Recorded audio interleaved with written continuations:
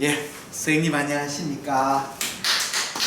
예, 오늘 오비 회원학의 워크샵 두 번째 시간이 되겠습니다. 첫 번째 시간은 제가 영조사 소개했고, 오늘은 제가 느낀 초음파 중 강좌, 앞으로 이제 선생님들이 접하는 이 강좌에 대해 설명했습니다. 오늘 두 번째 시간은 제가 초음파 를 하겠습니다. 제2강이죠. 2강. 1강은 초음파 원리. 늘 강의를 제일 많이 했습니다. 초음파의 원리인데 사실은 초음파의 원리 여기에 다 들어보셨을 겁니다. 그런데 혹시 또 안 들어보신 분 또 리마인드 하는 의미에서 다시 한번 초음파 원리를 했습니다. 초음파가 왜 어려웠냐? 두 가지 때문에 그렇습니다. 초음파가 독하기 굉장히 어렵습니다. 독하기 어려운. 왜 어렵냐면 두 가지 이유입니다. 초음파의 어려운 점은 처음에는 초음파가 어려운 점. 초음파가 어려운 이유는 딱 두 가지입니다. 첫째는 스캔법이죠. 스캔법. 두 번째는 영상 해석입니다. 영상 해석. 스캔법은 물론 이제 자기가 열심히 노력하면 뭐 다 좀 시행착오를 거듭하면 잘할 수 있습니다. 문제는 독학으로 시행착오를 하면 습관이 굳어져 버립니다. 전문 항공찬스 한번 보셨죠? 모 선생님 여기서 스캔을 못 보셨? 선생님 없었는가? 이제 나이가 좀 많으신 분과 초음파 오래 하신 분이 있습니다. 이분이 이제 저한테 와가지고 이름만 말하면 다 아는 선생님, 유명인 선생님. 그래서 제가 저한테 왔는 거는 내가 하는 게 맞는지 좀 확인해 달라 하면서 자기가 이제 모르는 걸 물어봤어. 근데 스캔법이 완전히 이상한 방법으로 스캔 하시는 게, 물론 이제 초음파 스캔법은 자기 나름대로 그 코스를 만들면 되는 거죠. 만들면 되고, 그럼 뭐 우리가 필수 영상, 기본 영상을 다 포함하면 어느 방법을 시작해도 문제가 되지 않습니다. 그런데 문제는 뭐냐면 이게 완전히 스캔을 이상한 각도, 우리 책에도 안 나오는 각도로 스캔 하시는 거래요. 그래서 놀래가 선생님 이래 하는 건 조금 제3자가 초음파 스캔 영상은 자기만 알아면 되는 게 아니고 이 영상이 남이 봐도 알아야 되는데 남이 알아가 못 해독하는 영상을 만드시고 하는 거래요. 그래서 선생님 이래 하시면 좀 남이 이해 못합니다. 그래도 자기 습관이 붙었대.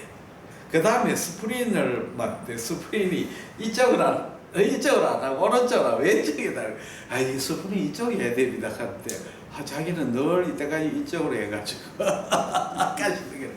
그러니까 결국은 습관을 잘못 배우면 고치기가 지극히 어렵다. 그래서 우리 뭐 악기 하시는 선생님 다 아시지만 바이올린이나 피아노를 배울 때 제일 중요한 거는 새끼 스색을 좋은 선생님한테 배워야 돼. 새끼 선생님한테 잘못 배우면 못 고치거든요. 고칠 수가 없어요. 또 현악 같은 데는 운공법을 좀 선생마다 약간 틀리거든요. 잘못 배우면 못 고치. 결국 그 선생 밑에 새끼 선생한테 배우면 그 새끼 선생한테 배워야 되는 거라. 안 그러면 자꾸 니 운공이 이상하다, 니 의해서 자꾸 막 고치려고 하는데 그 고쳐집니까? 안 고쳐져요. 그러니까 결국은 처음 배울 때 좋은 선생님을 해야겠다. 스캔법이 중요하다. 예. 그 다음에는 영상 해석입니다. 그 책을 이래 보면, 초음파 책을 보면 내 평생하는 게 이제 스캔법에 대해서 어느 정도 상세하게 설명하는 책은 나오는데, 이 영상을 해설해 주는 책은 눈 닦고 봐도 없어요. 그래서 이 영상 사실은 초음파 영상을 보고 우리가 해석을 해야 되는데 이 해석을 하는 책이 출간을 안 되고 있거든. 그래 내가 전에도 책 만들고 DVD도 해설을 했습니다만 오늘 선생님들 다 하시니까 빨리 핵심 포인트만 이야기를 해드리겠습니다. 그러면 초음파 영상의 원리가 이게 제일 중요합니다. 초음파 영상은 도대체 어떤 원리냐? 이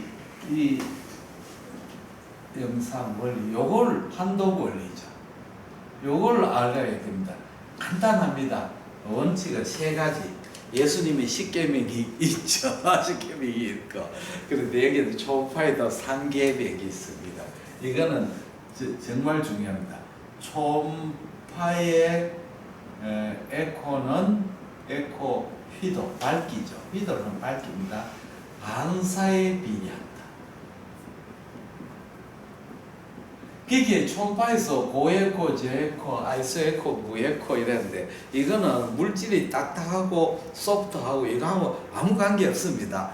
초음파 빔이 가가지고 많이 반사하면 고에코가 되고 하나도 반사 안 하고 다 통과해 버리면 돌아오는 게 없으면 무에코가 되는 거고 어떤 결절인데 주위하고 똑같이 정도로 반사하면 그거는 아이소에코죠.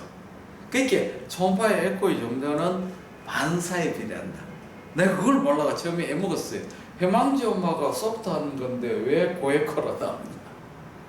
이상하지 않나요? 그렇지 않나요? 그렇지. 그거는 해망지엄마는 반사를 많이 하기 때문에 그렇죠. 그러면 소프트한데 왜 반사를 많이 하냐? 그거 이제 중요하죠. 그러면 반사는 뭐에 비례하냐? 요 이제 반사죠. 반사는 물질의 성질과 내부 구조에 의한다. 이 말이 제일 어렵습니다. 무슨 뜻이냐면 어떤 물질이 반사를 많이 하냐? 근본적으로 강한 반사체면 반사를 많이 하죠. 왜냐하면 석회화가 있습니다. 이거는 강한 반사체. 물질이 초음파비가 부딪히가 강한 반사체. 그건 당연하죠. 강한 반사. 두 번째 여기 굉장히 좀 개념이 뭐냐? 여기 어떤 물질이 헤테로지너스한 구조물인데 그 물질의 구성 성분이 금순이 물질이 그 모든 물질은 초음파의 임피던스가 있거든요. 저항 계수로 하잖아요. 그 물질이 초음파의 전달력의 차이가 많은 물질의 경계에서는 강하게 반사한다. 그 말을 다시 한번 설명하면 내부 구조가 A하고 B가 있습니다. 이 물질이 이제 A, B가 있고 이 물질이 A하고 C가 있습니다.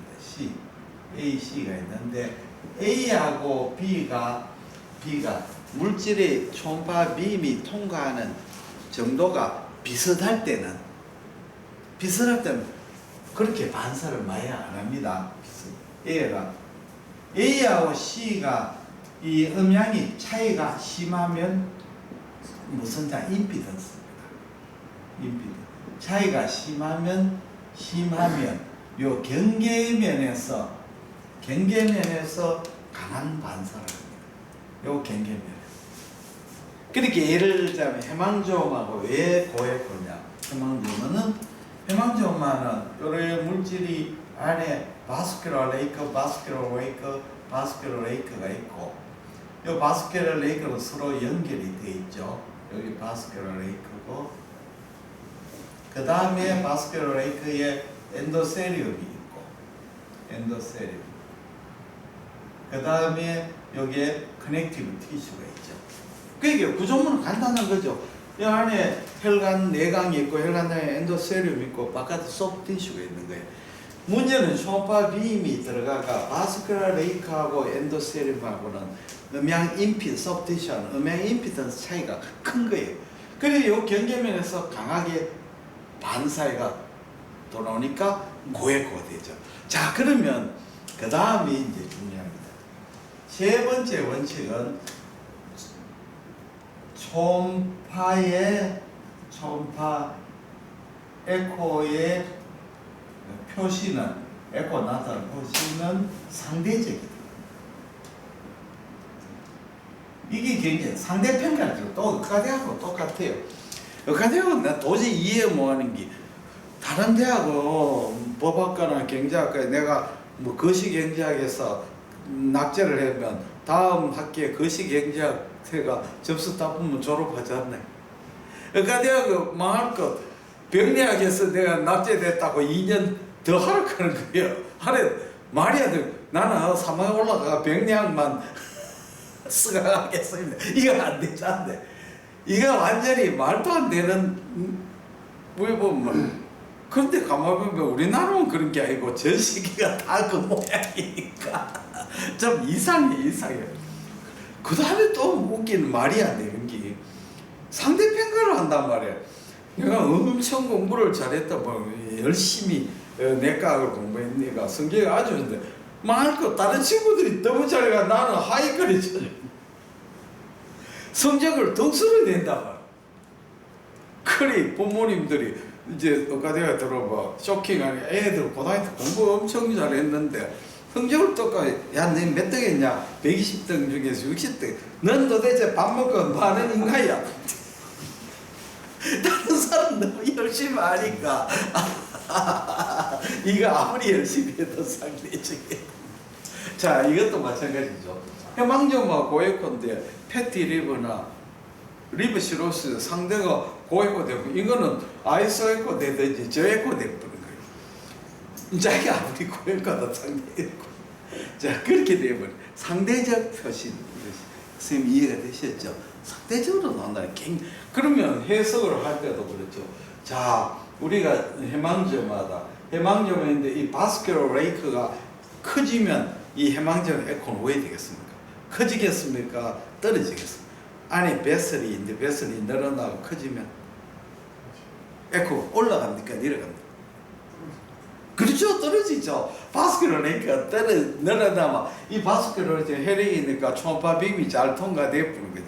또 반대로 바스큘러 레이크가 쪼그라지면 에코 왜 됩니까? 올라갑니까? 내려갑니까? 떨어지죠. 떨어지자 봐십시오. 해방점 고에코는 적절한 엔도세륨과 바스큘러 레이크가 있어야 되지. 해방점 쪼그라지면 엔도세륨 바스큘러 레이크하고 음양 개빈 자체가 없어지잖아요. 이제 이해가 됐습니까? 적절한 바스큘러 레이크가 있어야 되는 거죠. 바스큘러 레이크가 피가 많이 풀링이 되면 에코가 떨어지고 반대로 바스큘러 레이크에 피가 풀링이 안 되면 컬랩스 되면 또 에코가 떨어지죠. 계면체가 생기는 게 적어져 있어요. 이제 이해되셨어요? 자, 우리가 이제 사이너스 리포마토시스 하는 게 있죠. 이제 그것도 한번 설명하고 넘어가겠습니다. 키드니가 이렇게 있습니다. 키드니가 우리가 키드니 에코를 딱 볼 때, 키드니 볼 때 이렇게 이제 이렇게 여기 신우, 여기 심배고 크게 그렸습니다. 복판이 신우고 여기 콜텍스 피질이고 여기 수질, 피질 수질이 있다. 수질, 이걸 럽하게 그렸다. 럽하게. 자, 우리가 이제 키드니 에코는 피질이 고에코인 것은 그로멜루스가 하고 그 안에 프록시멀 컨볼루튜브, 디스탈 컨볼루튜블 커넥티브 티슈가 있잖아요. 초음파 빔이 그로멜루스하고 많이 반사를 마해가 에코가 고에코로 나오죠. 그 소아에는 키드니가 에코가 콜텍스가 별로 높지 않거든요. 그로멜루스가 적은 게 아니고 크기가 사이즈가 충분하게 발휘가 안 되기 때문에 그죠. 소아에서는 콜텍스가 그렇게 고에코는 안 나와요. 메줄라가 뚜렷하게 보여요. 예. 그럼 메줄라가 왜 그러면 저에코로 보이냐면 메줄라는 안에 컬렉팅 닥터가 있고 그 안에 소변이 물이 채 있잖아요. 균질한 구조고 물이 들어가면 에코가 왜 돼? 저에코로 나오죠. 그 다음에 중심 에코 박합제는 왜 고에코가 나오냐? 여기에는 신우 심배가 있고 그 주위에 이제 베슬, 너브, 림파틱, 그 다음에 주위에 커넥티브 티슈 들어가 있잖아요. 자, 그러면 조건을 하나 따져보겠습니다. 자, 키드니 안에 하이드로네프로스면 에코는 왜 됩니까? 물이 채이면 하이포 되죠. 물이 늘고 신우 심배가 늘어나면 당연하죠. 그 다음에 그 안에 신우 주위에 혈관이 늘어나면 에코가 왜 되죠? 에코 올라가면 내려가요. 내려가 당연하죠. 그 다음에 자, 그건 다 당연하죠. 자, 그 주에 신우주에 펫이 에코가 증가되면 왜 돼요? 패스는 증가. 증가가 안 되고 떨어지죠.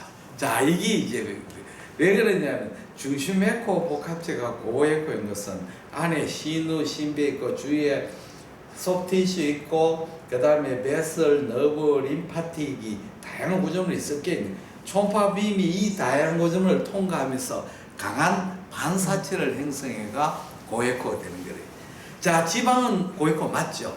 그런데 문제는 중심 에코 복합체에 비해서 지방의 에코는 낮은 거죠.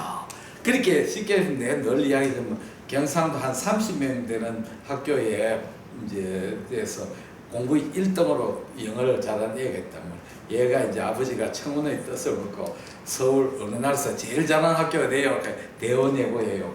대원여고에 이제 입학을 했어요. 가가 대한민국 최고라고 하면 뭐 시골에 뭐든지 뭐 대한민국 1등이지 뭐 당연한 그런 경우는 없죠. 그런 경우는 없죠. 하기야 뭐 울릉도 없고 독도에 있어도 제일 공부 잘하는 거 서울대학 들어가겠지. 그런데 안 되는 게 대원에 평균 성적을 올리겠어요? 이렇게 했어요.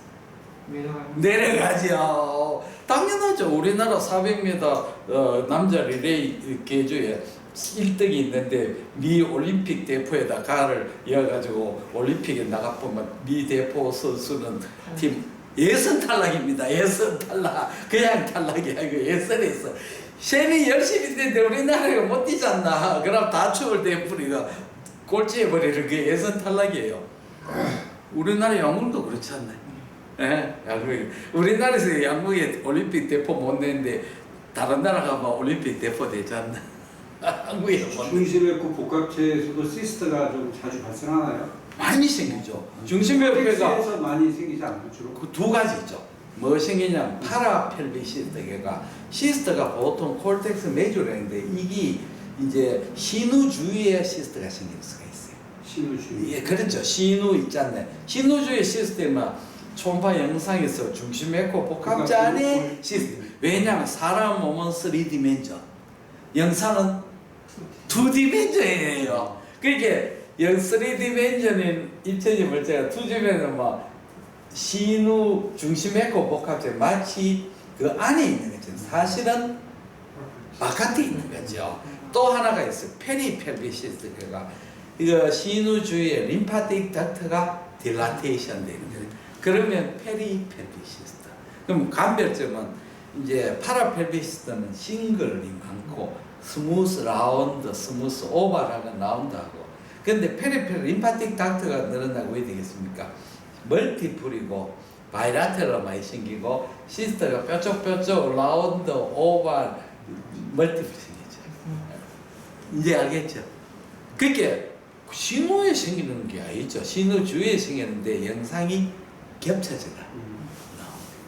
무슨 말인지 알겠습니까? 두 개가 다르니까 신우 주에 생긴 거예요, 다? 다 신호주의죠. 그러면 뭐냐면 이 쉽게 말하자면 신우주의 파라펠빅 시스터는 위날 시스터 어디에 생깁니까? 추불에 생기잖아요. 추불에 생기고 신우주에는 마지막에 추불이 내려나가지고 시스터가 되는 거고 페리펠빅 시스터 림파틱 닥터가 내려나가죠. 처음 알으셨어요? 그 주위 있다는 거. 신우 주위에, 신우 신배 주위에 이제 알아셨습니다. 그래 선생님들 굉장히 질문 많이 받는 질문이 이해가 안 되는 게 왜냐면 같이 자 이까지 이야기 되었습니다. 자 이제는 요거만 알면 모든 것을 다 알 수가 있습니다. 그러면 간단하게 이제 설명할 시간이 또 있으니까. 그러면 우리가 에코가 정도가 이제 무에코, 고에코, 그 다음에 저에코, 그 다음에 아이소에코, 등에코. 예, 이렇게 이제 나누죠. 자, 여기 무에코는 안에코이죠. 우리가 안에코 있는 것은 대표적인 것은 우리 몸에서는 안에코인 게 아네코이라 하면 결국은 초음파가 반사가 안 되고 그냥 다 통과해요. 물, 림프, 혈액 이게 이제 아네코이죠. 그 물, 림프, 혈액 그냥 다 통과해버리고 안 돌아오니까 까맣게 나오잖아. 반사가 안 되니까. 이제 우리가 이제 물 같으면 낭종이라고 하죠. 낭종에 대해서 조금 이제 이해를 해야 돼. 그거 잘 안 보이지 않아요? 여기 내 등이 가리가지고 괜찮아요. 화면 여기로 오시면. 자, 낭종 시스터. 네, 시스터가 헤파틱 시스터. 헤파틱 시스터를 어디서 생겼습니까? 그렇죠. 바일닥트에 생기는 거예요. 바일닥트에 생기는 거예요. 바일닥트가 딜라테이션 되면서 커뮤니케이션 안 되는 거죠. 그러니까 여기 정확하게 설명하면 헤파틱 시스터가 안 하고 헤파틱 바일닥트 시스터가 맞는 거죠. 근데 그 헷갈리니까 가죠.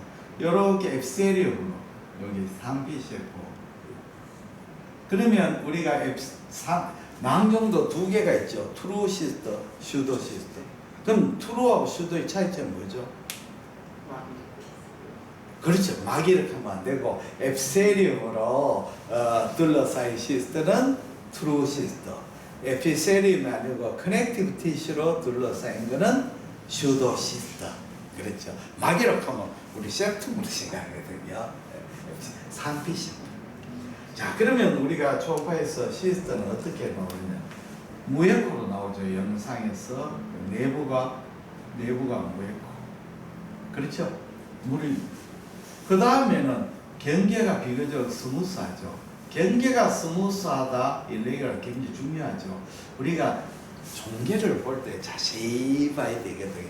종계가 이렇게 경계가 스무스한 거는 시스터인 경우에는 이렇게 앱세리움을 둘러싸 있고 그냥 시스터가 결절이 스무스하는 데는 캡슐을 동반하는 결절은 스무스하죠. 캡슐이 없고 주위를 인베이전 할 때는 경계가 일레귤러이죠. 그렇지 않나요? 네. 경계가 스무스합니다. 다음에는 후방 음향 증강이 있죠. 요 뒤에 보면 후방 음향 증강.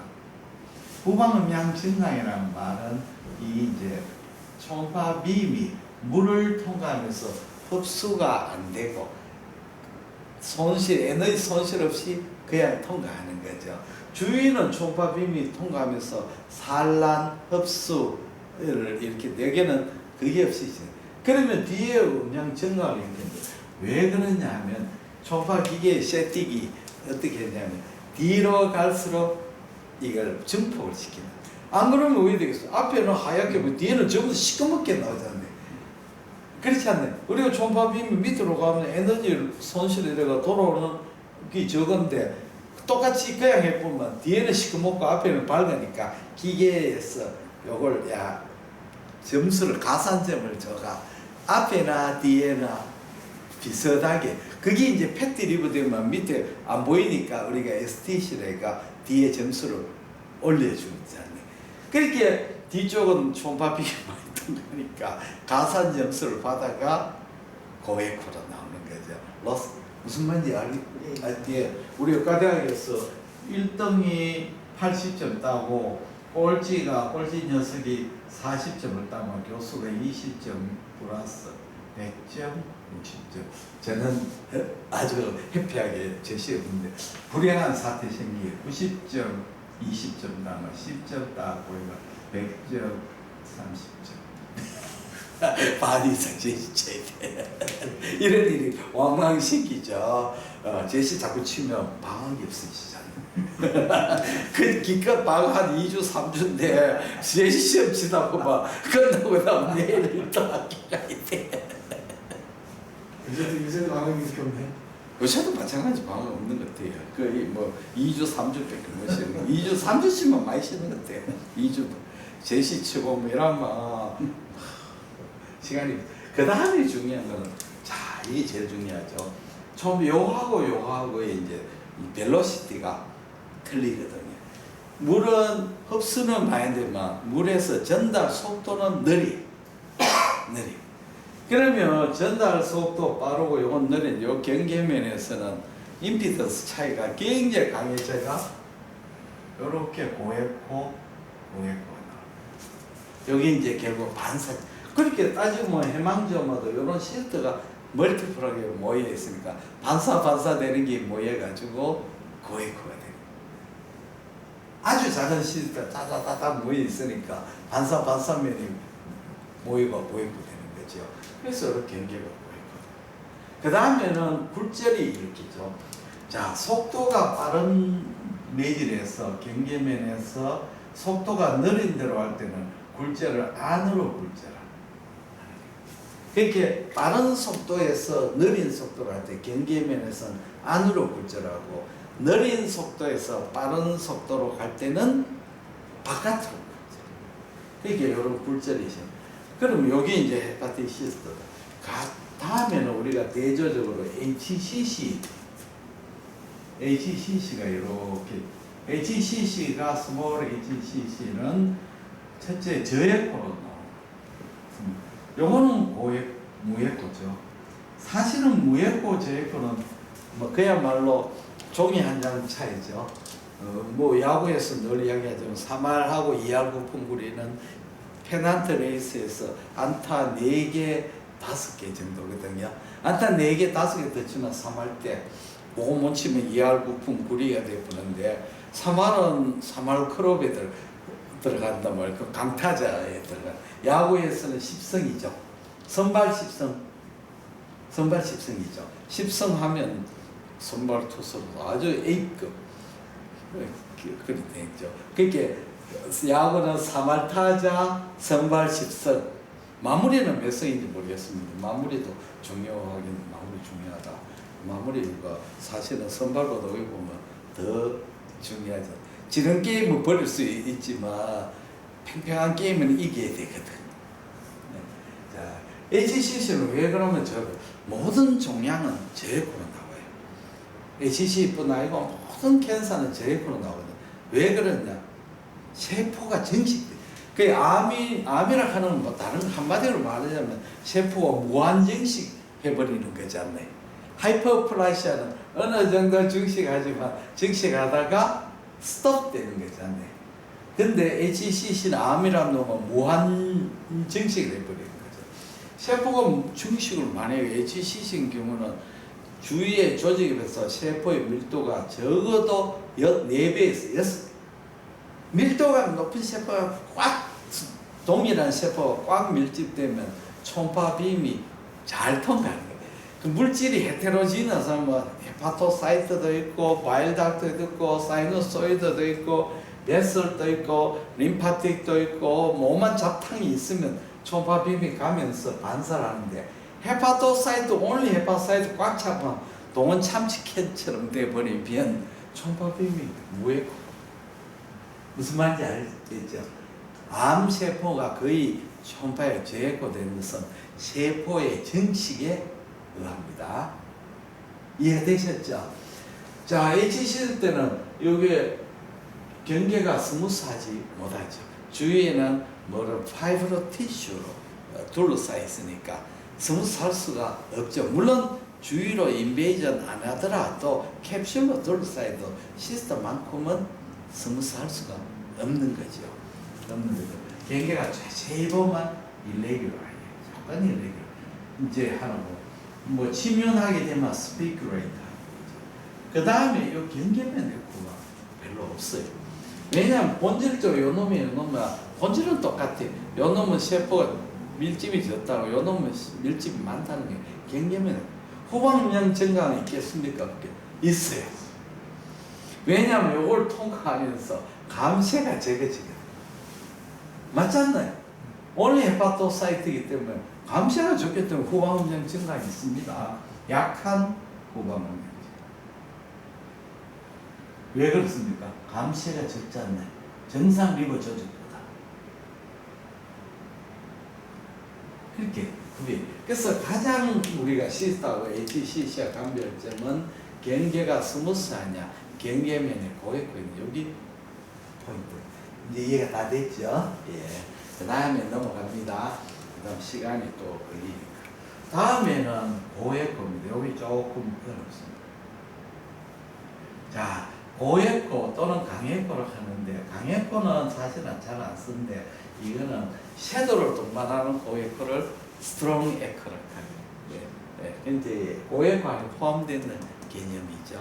자, 우리가 대표적인 것은 스키아죠. 칼시키에이션. 스키아는 초음파 빔이 강하게 반사해가 고액고되고 뒤에 섀도우를 동반하죠. 섀도우를 스키아. 이제 스키아는 초음파 빔이 딱 부딪히면 표면에서 강하게 번사하고 일부러 밑으로 통과하지만 점점점 흡수돼가 나중에는 뒤에는 섀도우를 클리어한 섀도우를 만들죠. 여기 이제 고액고인데 그 스톤도 우리가 보면 이제 그 스톤이 적어도 섀도우를 만들려고 하면 크기가 3mm는 돼. 2mm도 나올 수도 있고 3mm가 돼야 크기가 3mm가 이상이야 섀도우를 만들. 3mm 미만은 섀도우를 만들지 않지. 잘 안 만들죠. 1mm 되면 거의 못 만든다고 봐야 돼.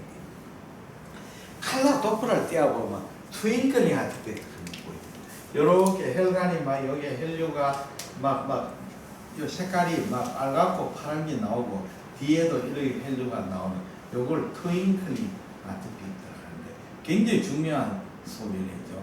트윙클링 현상은 총 결석이 스무스하지 않고 러프한 결석에서는 초음파 빔이 거기 딱 부딪혀 가지고 앰플리튜드 체인지를 일으켜.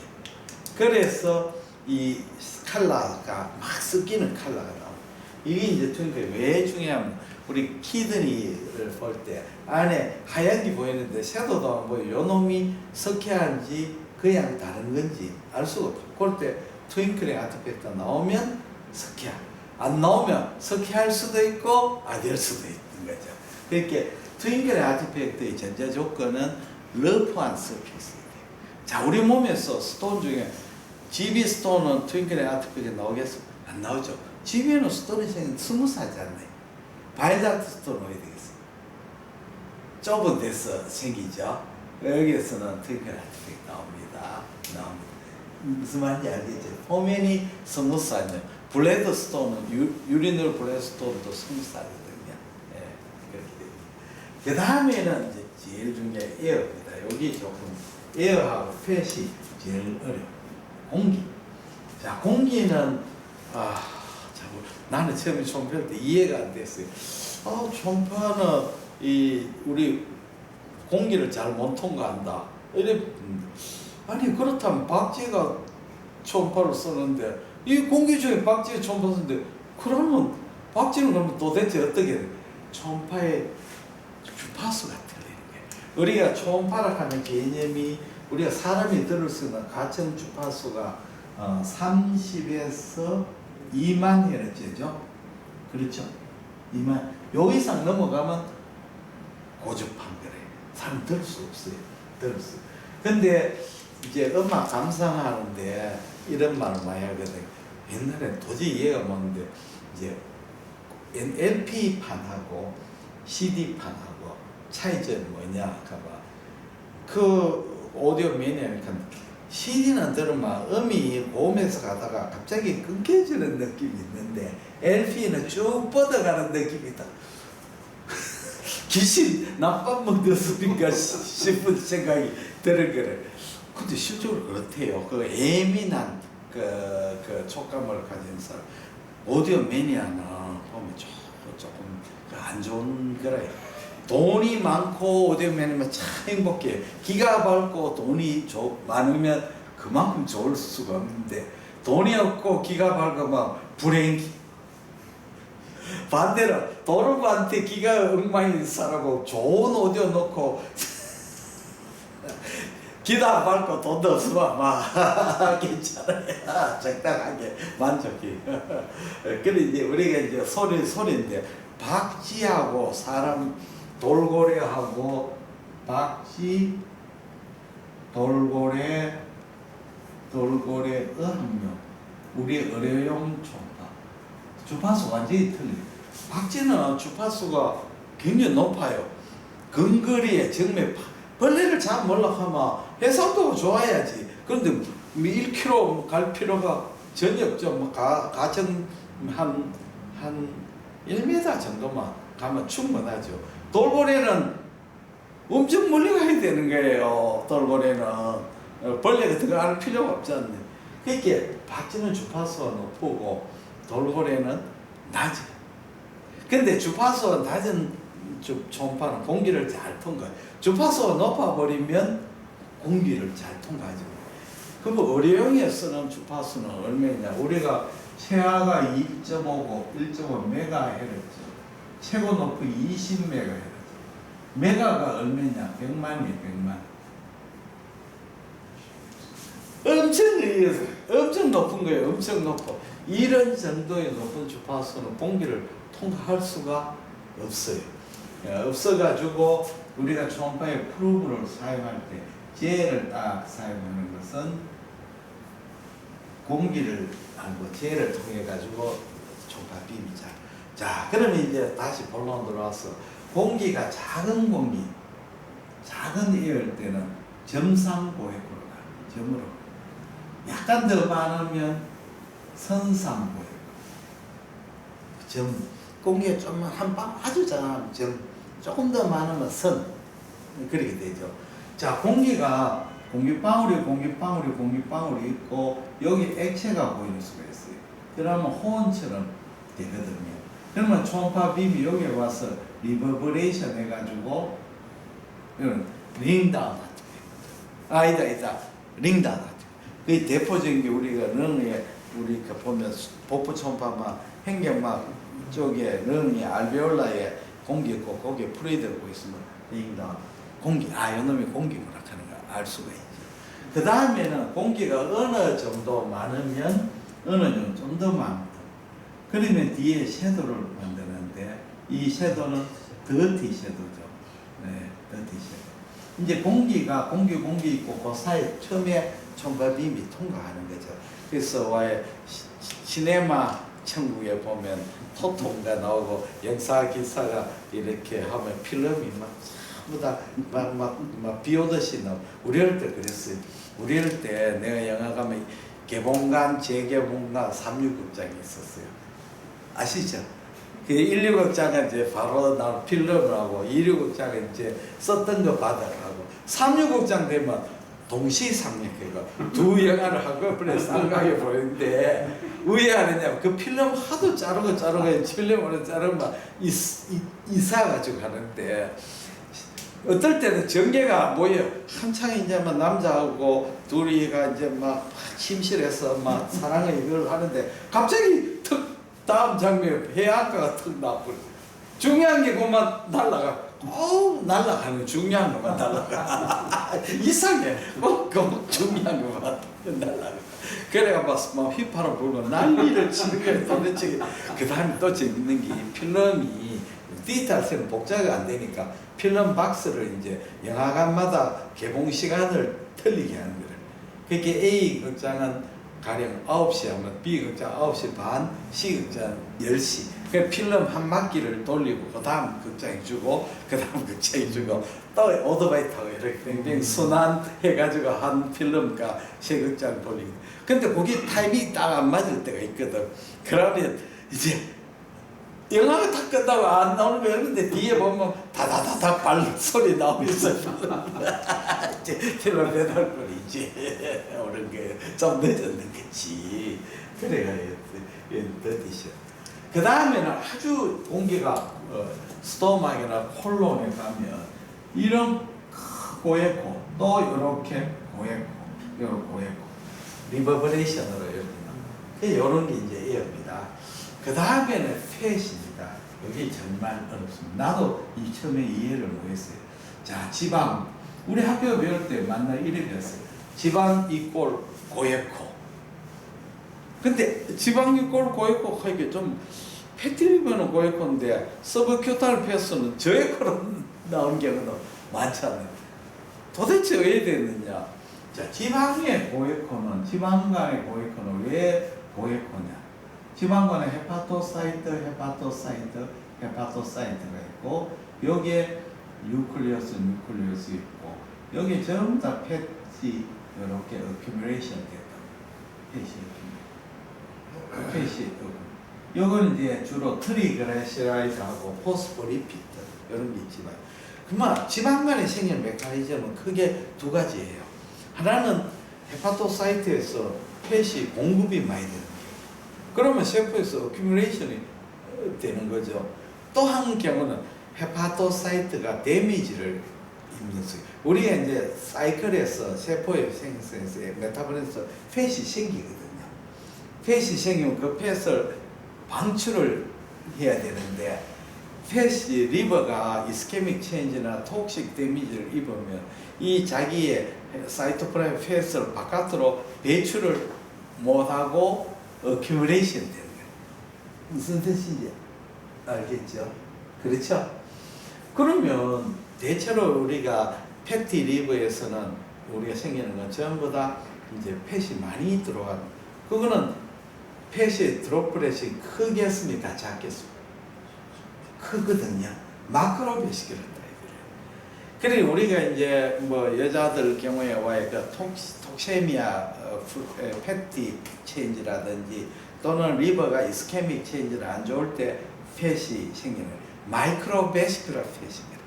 그렇게 현미경학적으로 큰 펫 드롭플렛이 있으면 와 이거 나쁘겠다 싶으면 별로고 괜찮고 작은 마이크로베시큘러 펫이 어큐뮬레이션 되는 거는 그거는 나쁜 거예요. 그 세포 자체의 데미지로 그렇죠? 그렇지 않나요? 그러니까 우리가 많이 먹어가 지방간 생기는 거하고 아주 톡식이나 뭐 데미지를 입어가 지방간하고는 전혀 틀리지 않네. 예. 그렇죠. 그러면 촌파비미화가 어떤 일이 생겼냐? 여기에 촌파비미화가 이렇게 폐하고 이렇게가 반사를 해요. 반사를 하면 이제 산란을 이렇게 촌파가 아주 강한 반사체인 경우는 부딪혀가 바로 돌아오겠지만 아주 작은 반사체인 경우는 이 그렇게 못 돌아오는 게 힘 에너지가 약해가 산란파가 생기는 거예요. 무슨 말인지 이해되죠? 산란파가 생기가 여러 산란파가 어큐뮬레이션 돼 가지고 돌아오는 거죠. 그러면 산란파가 합쳐져 가지고 돌아오려면 두 개의 전제 조건이 필요해요. 리버에 이렇게 점 하나가 따다다닥 치는 요 점 하나는 하나의 반사파가 아니고 무수한 산란파가 합쳐져 가지고 돌아왔는 거예요. 이제 이해가 됐죠? 그러면 두 개가 돌아오려면 전제 조건이 첫째 산란파 거리가 가까워요. 여기 산란파가 산란인데 이만큼 떨어지면 안 되잖아요. 두 산란파가 가까워야 합쳐지잖아요. 그 다음에 합쳐질 때는 합쳐지는 매개물이 있어요. 그렇죠. 그러니까 요 헤파토사이트의 폐의 산란파하고 주위의 커넥티브 티슈가 매개물을 해줘요. 그러면 다시 설명을 또 해드릴게요. 자, 우리가 이제 지방을 그 기름 지방 덩어리를 뻐드 같은 거나 녹아가지고 총발을 해보면 무에코가 돼요. 이제 바드를 굳어가지고 총발하면 고에코. 왜 그러냐? 굳으면 공기가 들어가잖아. 그렇지 않아요? 녹화뿐만 공기는 다 날아가 보고 기름만 남잖아요. 기름만 남으면 이거 반산란파가 다시 서메이션 될 기회 없어지는 거예요. 굳으면 그 안에 공기가 이 산란파의 서메이션을 해줘가 돌아요. 이제 이해가 됐죠? 또 하나 이해. 자, 우리가 나도 이해가 못 되는 게 아펜디사이트가 생기면 소견 중에 하나가 앞에가 스웰링되고 앞에 백이 두꺼워지고 그건 다 당연한 얘기인데 앞에 주위에 폐데코가 증가된다. 그러면 나는 처음에 생각 아펜디사이트만 주위에 메센트리에서 폐시 갑자기 많이 증가되는구나 이랬어요. 그것도 좀 이상. 폐가 생겼는데 폐시 갑자기 증가될 이유가 없지 않나요? 그러면 캔서가 생기면 콜론 캔서가 생기면 주위를 치면 아마 캔서 주위에 커넥팅에 에코가 증가되잖아요. 그러면 캔서 세포가 치면 된다고 해서 펫이 갑자기 중간됩니다. 그게 아니고 자 아펜디사이트가 생겨 앞에가 이렇게 빵빵하게 커지잖아요. 커지면 주위에 림포사이트 염증세포가 막 주위에 치면은 그럼 주위에 펫이 있잖아요. 그러면 초음파빔이 펫의 산란이 염증세포를 스매셔내가 올라가는 거예요. 그러면 정확하게 기술하면 아펜디사이트에서 앞에 주위 아펜딕스 주위에 펫이 증가하고 지방 에코 희도가 증가되는 거죠. 무슨 펫이 증가되는 게 아니고 펫이 주위에 염증세포 또는 암세포를 스메이션 해가지고 경계래가 올라가는 거죠. 그게 펫이 증가하는 게 아니고 펫 에코가 증가해요. 펫이 증가하고 펫 에코 증가하고는 틀리는 개념이 정확하게. 이제 다 이해됐죠? 그러면 우리가 서브큐타니어스 펫은 저에코일 수도 있고 고에코도 있을 수도 있어요. 근데 서브큐타니어스 펫은 어떠냐면 피하지만은 펫 덩어리로 되어 있잖아요. 주위에 다른 조직이 별로 없어요. 그러니까 초음파가 산란이 되더라도 스매싱 될 게 별로 없어요. 그러니까 저에코로 나오겠죠. 그러나 펫 안에 불순물이 들어가면 어떻게 되죠? 에코가 높아지죠. 폐 안에 다른 여러 가지 뭐 염증이 생겨도 좋고 염증 아니라도 뭐 커넥티브 티슈가 들어가든지 다른 조직이 들어가든지 이 들어가게 되면 그 놈을 스매셔내가 고액 되고 배들어지면서 이제 다 이해가 되죠. 예, 폐식이다.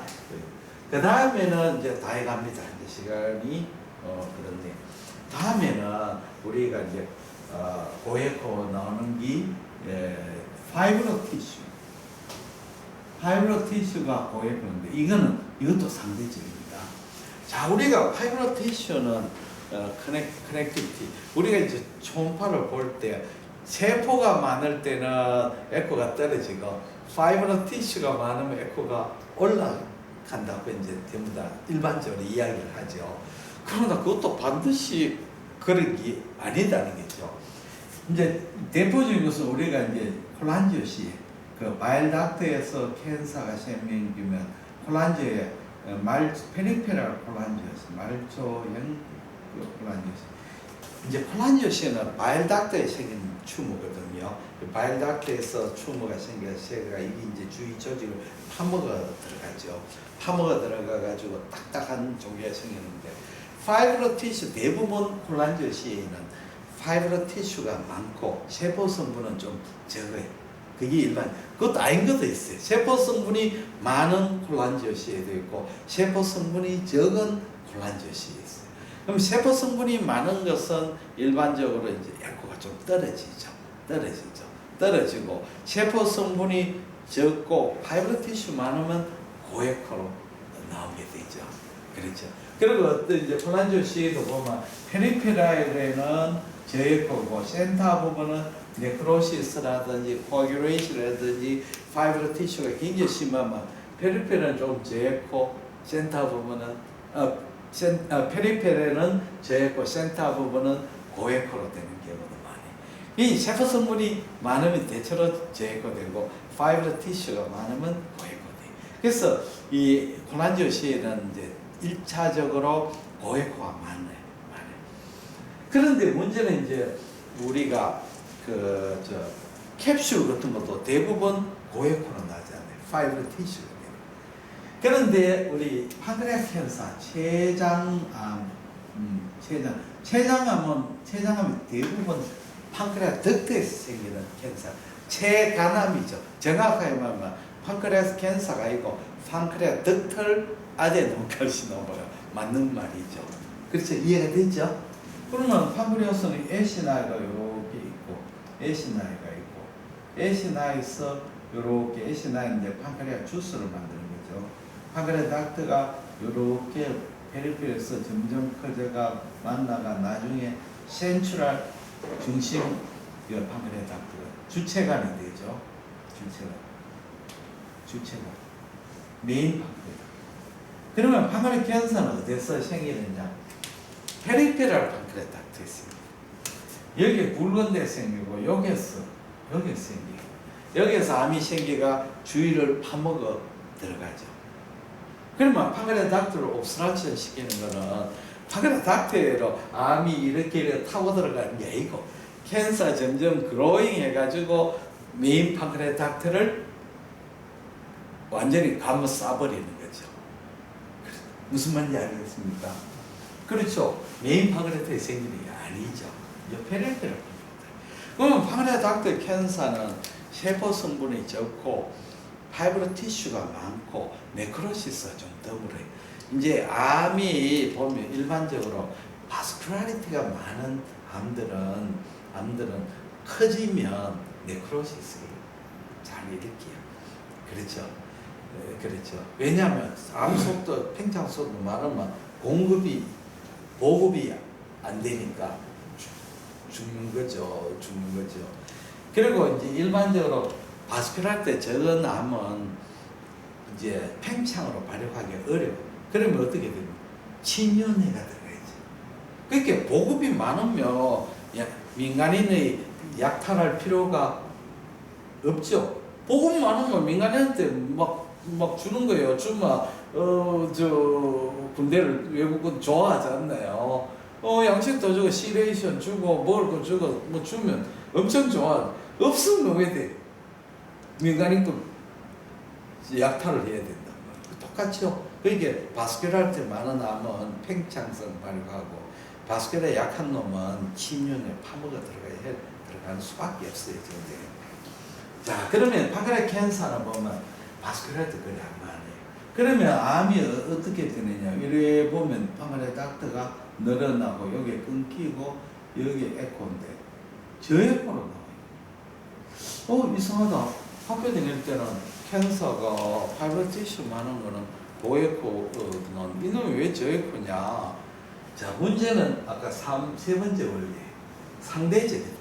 판크레아 캔서 생일을 대부분 중년 이상이고 판크레아스가 나이가 들면 어떻게 되냐면 에시나가 아트로피 되고 에시나가 아트로피 되면 주위에 페이시 어큐뮬레이션 돼요.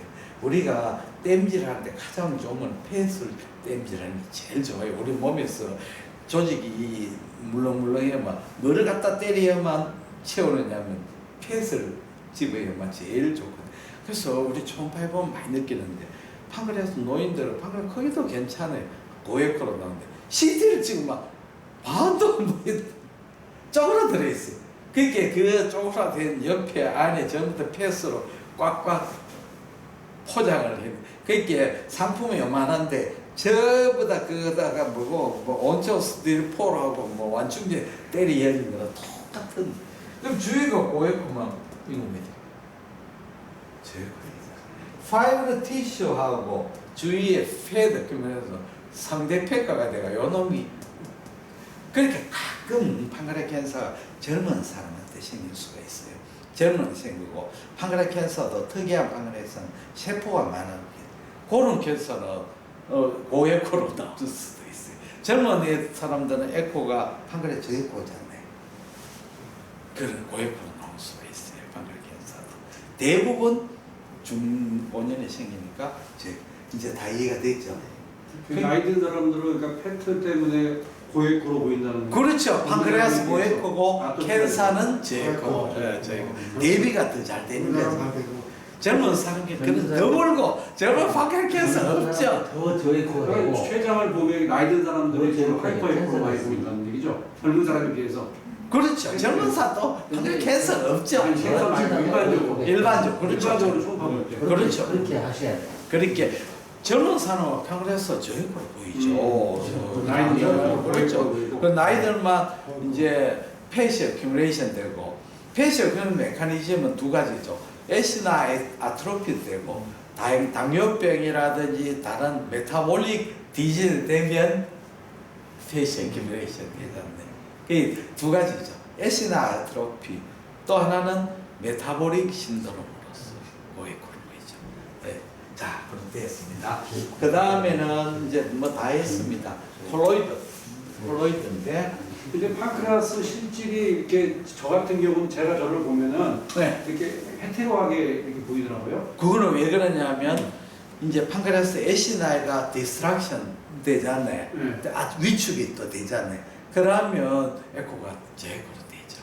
그렇게 크로닉 판크레아타이티스 보면 저에코 부분이 있고 고에코가 아주 헤테로지나 그거는 이제 저에코 되는 거는 판크레아스 위축이 되는 애시나이 위축이 되고 고에코는 팻하고 파이브로티스가 침착이 되고 아이스에코 부분은 남아있는 판크레아스고 그래. 이제 이해가 되셨죠? 네. 아 예. 콜로이드죠. 우리가 이제 콜로이드는 대표적으로 갑상선이죠. 아 내가 우리 병원에 내가 이제 질문을 받고 있잖아요. Q&A 그 질문을 받는데 놀라운 사실을 발견했어요. 질문의 50%가 갑상선. 아니 왜 갑상선만 질문하냐? 그런데 물어보면 나도 그랬고 나도 이해가 되는 것이 갑상선 레전드 때 안 배웠잖아요. 갑상선 외래에서 다 끝나잖아요. 갑상선 환자가 내과 입원 하는 환자 있습니까? 없잖아요. 없어요. 1년에 한두 명 올까 말까. 전부 다 뭐 암 진단에 뭐 외과로 가버리는 거고 그 다음에 이비인후과 가고 내과는 입원할 일이 없다. 그래도 나는 갑상선을 배웠는 게 우리 때는 해기학과가 내과에 소속이 됐어요. 그래 갑상선 환자는 전부 내분비서 안 받고 내분비는 당뇨병만 보고 전부 다 이제 동영상과 그다음에 해기학과 그거는 뭐랬냐면 옛날에 스캔케 총판 없었어요. 스캔케가 그 아이스토프 옛날에는 골드를 하다가 우리 때 테크네시움이 있거든. 하면 이제 뭐 이래 사이로들이 뭐 사이로 스캔 보고 뻥뚫피 뭐 어떻고 헤테로지너스 어떻고 뭐 그레이브스 어떻고 이렇게가 그냥 이제 대충 약 주는 게죠. 피건 사이즈 해가지고 내가 대충 이제 뭐 신지로이드 주고 뭐 폼지로이드 주고 뭐 그랬다. 그래서 갑상선을 좀 봐서 얘기할까요? 한 2달 되면서 FNA 같은 건 아무도 안 해봤고 그냥 이제 보고 뭐 대충 심통 보고 약 주고 뭐 그랬대. 아뭐 그렇게 갑상선 단순했죠. 뭐 그냥 뭐 고액 멀티 노줄라 고이탁 하는 말이 있고 뭐 남팡셔널 어찌고 저찌고 뭐 이래가 대충 약 줬다 뭐한 2달을 봤으니까 나는 그래도 갑상선 받는 세대인데 요즘 쌤들은 본과대 갑상선 한 번도 못 보는 거예요. 그러고 전문의를 따고 필드에 나오는 온통 갑상선 환자인 거예요. 그러니까 초음파를 보고 난 뒤에 개념이 없는 너무 개념이 없는 걸 뭐냐면 내한테 질문을 하는데 환자가 라이트 사이드로브의 믹스드 에코의 결정 초음파의 믹스드 에코 하는 말은 갑상선에는 그런 터미널지 없어요. 믹스드 에코 아니 믹스드 에코가 갑상선 무슨 귀신 나빠먹는 소리를 하는데 갑상선의 터미놀로지를 모르는 거래. 아니 이게 무슨 말이 되느냐. 그 다음에 나는 이제 어디서까지는 좀 널리가 지금 다리를 불어가지고 병원을 2달을 쉬가지고 계명대학 동산병원에 가가 그게 5월 6월달 이제 5월 말에서 6월 7월 초 날씨가 더워요. 그래서 집에 있으니까 막 불편하거든요. 그래서 이제 재활 치료하면서 그 재활이 약간 맞은편에 병리과가 있어. 그 병리과 에어컨이 빵빵하게 나왔었는데 저 가면 편하겠다. 그 가가 우리 선배님한테 여기 가서 2달 쉬도 되겠습니다. 그래 앉아가 병리를 이제 슬라이드 보면 나도 같이 보고 그것도 또 FNA 하거든. 하는 옆에서 보고 FNA 하면 슬라이드를 바로 밀어가 하거든요. 왜냐하면 김자하고 그 디프키를 그 자리에서 바로 보는. 그 다음에 이제 팝은 이제 그 해가지고 나중에 보는 거고. 그 다음에는 셀블로 3가지 있거든. 그래 해가 이래 보니까 너무 쉬운 거예요. 단순한 거예요. 그래서 보니까 뭐 파피로 캔사 몇 번 보니까 요 파피로 캔사구나. 요 파피로 요거는 뭐다 알겠더라고. 그래가 그걸 보고 그 다음에 초음파를 하니까 병리를 공부하고 초음파를 이렇게 너무 쉬운 거예요. 다 보이는 거야. 요거는 요 놈이구나. 요게 뭐구나. 자, 그러면 갑상선이 왜 보면 초음파 이제 다해갑니다. 이 좀 요렇게 보면 갑상선이 요렇게 고에코로 보이는 것은 갑상선은 무수한 콜로이드가 있는데 콜로이드 여기 엡세리움 여기에 콜로이드가 들어요. 콜로이드는 강한 반사체거든요. 여기에 와서 콜로이드하고 무수한 반사를 하고 엡세리움하고 콜로이드하고도 반사를 그래서 보이게 되는 거죠. 그러면 갑상선 암은 이제 우리가 케이트라드 전번에 설명 들어봤죠. 케이트라드 들어보겠대. 케이트라드에 하이, 로, 인터미디에이트, 비나인 다 의미가 있는 거죠. 알았죠? 거기 안에 숨어있는 뜻이 다 있는데 그 숨어있는 의미를 모르고 있는 거래. 예. 그래서 케이트라드의 하이 서스피션은 뭐를 말하냐면 모든 갑상선 암을 의미하는 게 아니고 무슨 암을 의미하죠? 파피러리 캔서. 그 중에 하나. 그럼 100점이 아니라 인베이시브 타입 파피러리 캔서. 그게 파피러리 캔서인데 캡슐이었고 주위로 파먹어 들어가는 파피러리 캔서가 하이 그레이드예요. 그러면 인터미디어트 그레이드는 어떤 암이 있습니까? 인터미디어트 하이 인터미디어트 로우 비나인 이렇게 되잖아. 인터미디어트 전부 괜찮아요. 림포마 있고 또 캡슐레이티드 또 있고 또 제일 저기 폴리크라겐. 그렇죠. 그거부터 말해야죠. 중요한 것부터 말해야지. 폴리큐라 칼시노마 그게 제일 많고 그 다음에 림포마는 거의 없지 않나요? 폴리큐라 칼시노마 그 다음에 엔캡슐레이티드 파피루라 칼시노마 그렇죠? 그렇죠. 그 다음에는 림포마 이거는 메주럴 칼시노마 아주 드문 거죠. 그거는 폴리큐라 네프라스. 그 다음에 인터넷 서스피션 중에 또 뭐 있습니까? 또 있죠. 시스틱 타입 있죠. 그게 낭성병변을 동반하는 솔리드 노즐인데 서스피션 소견 있는 거 있죠. 그거는 뭡니까? 시스틱 타입 파피러 캔서죠. 그렇죠? 예. 그 다음에 아이소 하이퍼 에코인데 서스피션 소견이 있는 거 있죠. 그거는 뭐를 시사하는 거죠? 시험을 자꾸 쳐야 돼.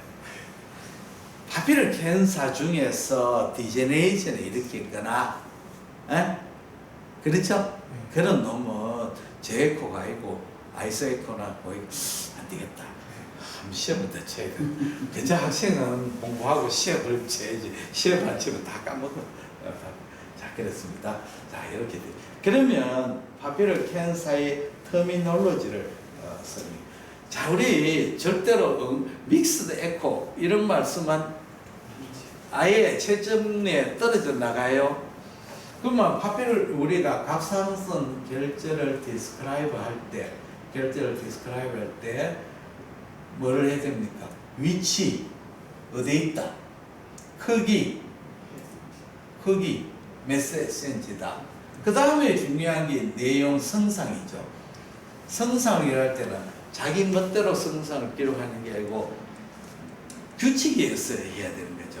자, 그러면 우리의 성상이 고형결절, 고형결절이란 말이에요.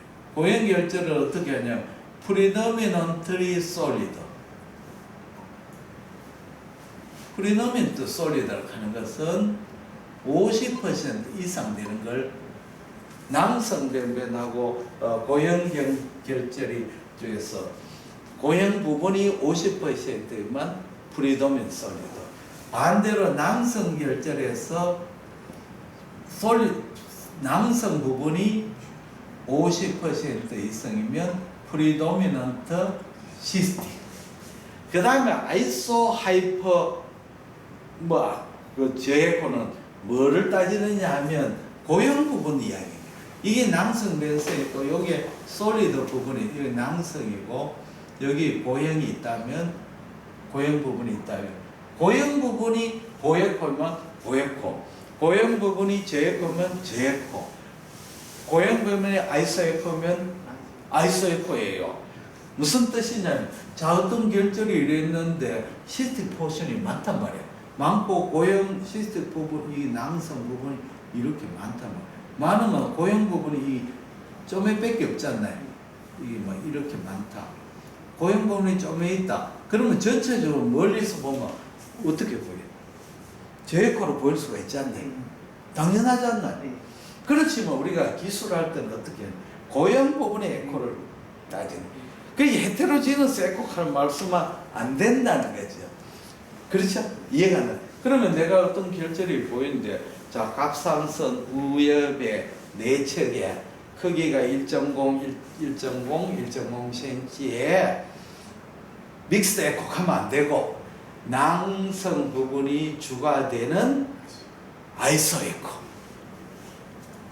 고형 부분이 되면 낭성 부분을 일부 동반하는 아이소 에코 또는 저에코 결절.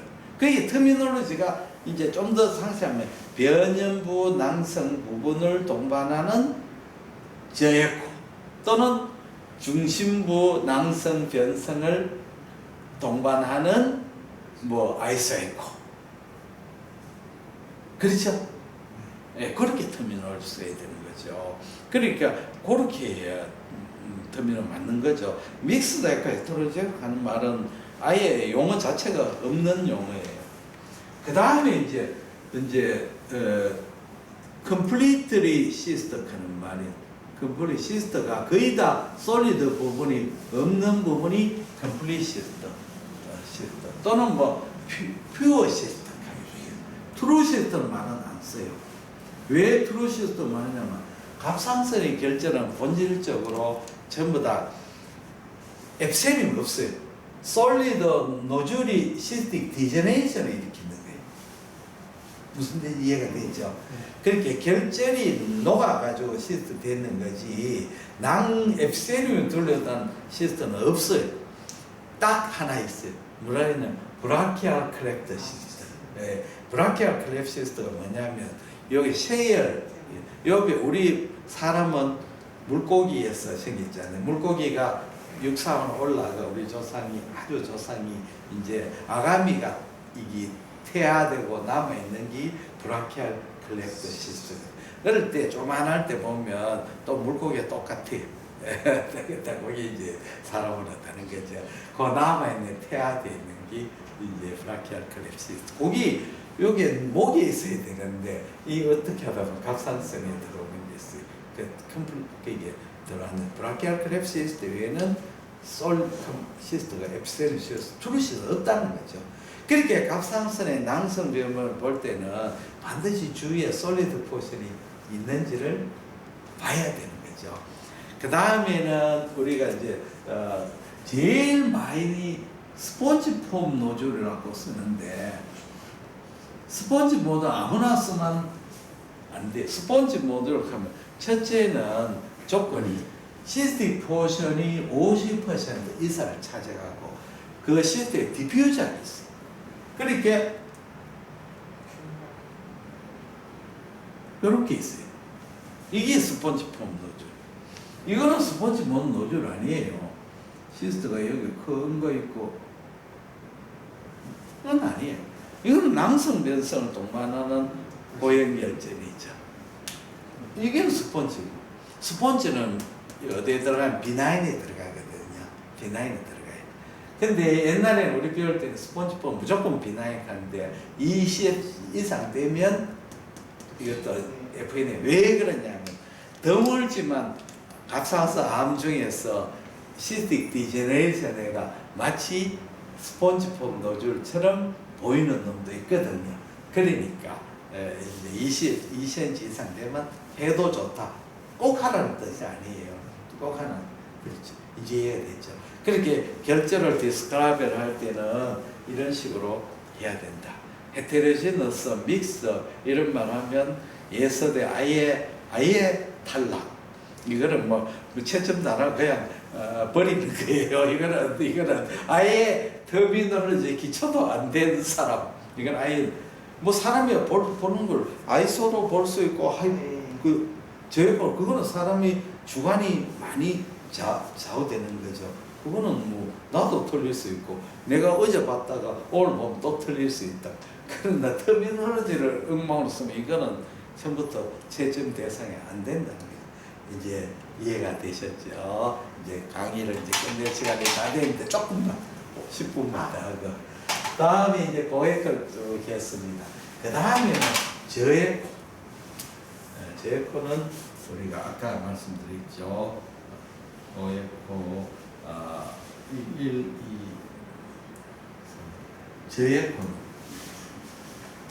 저액코는 우리 몸의 대표적인 저액코 근육이잖아요. 그렇죠. 세포가 밀집되거나 머슬은 아주 둔질한 조직이고 치밀한 조직이죠. 그 조사빔이 잘 통과해가 근육은 다 저액코로 보이지 않나요? 그래서 우리가 저액코의 가이드라인은 근육으로 비교하지 않나요? 그게 랜드마크가 되는 거죠. 그리고 우리 CT도 그렇고 MRI도 그렇고 근육 주위에 근육하고 대조를 해가. 근데 우리 몸에서 이제 문제는 물이 어떤 결절이든지 낭성 변성이 생 물이 타 들어가면 에코가 떨어지잖아요. 그렇죠? 에코가 떨어지죠. 일본 사람들은 나 술 먹을 때 미저와리케가 그와 독한 술에다가 물 타면 돼. 나는 그 도저히 이해가 안 돼.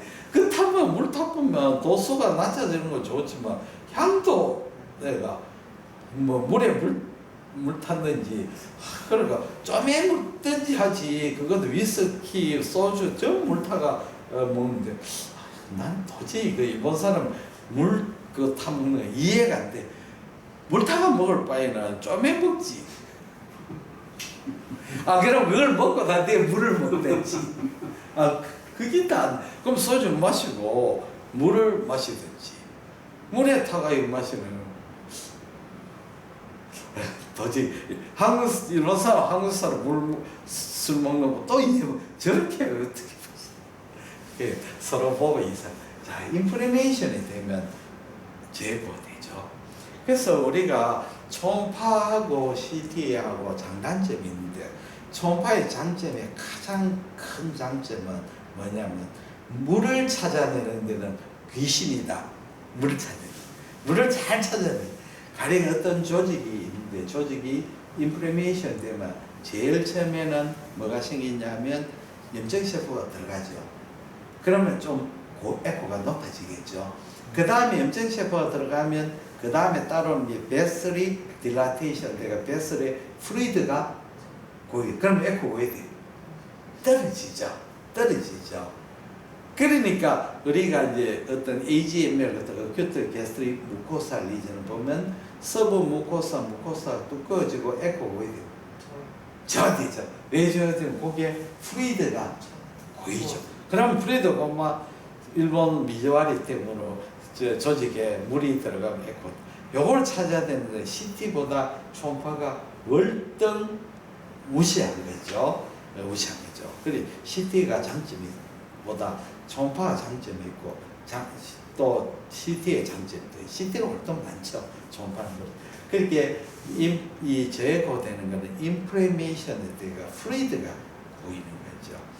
그 다음에 아이소에코가 제일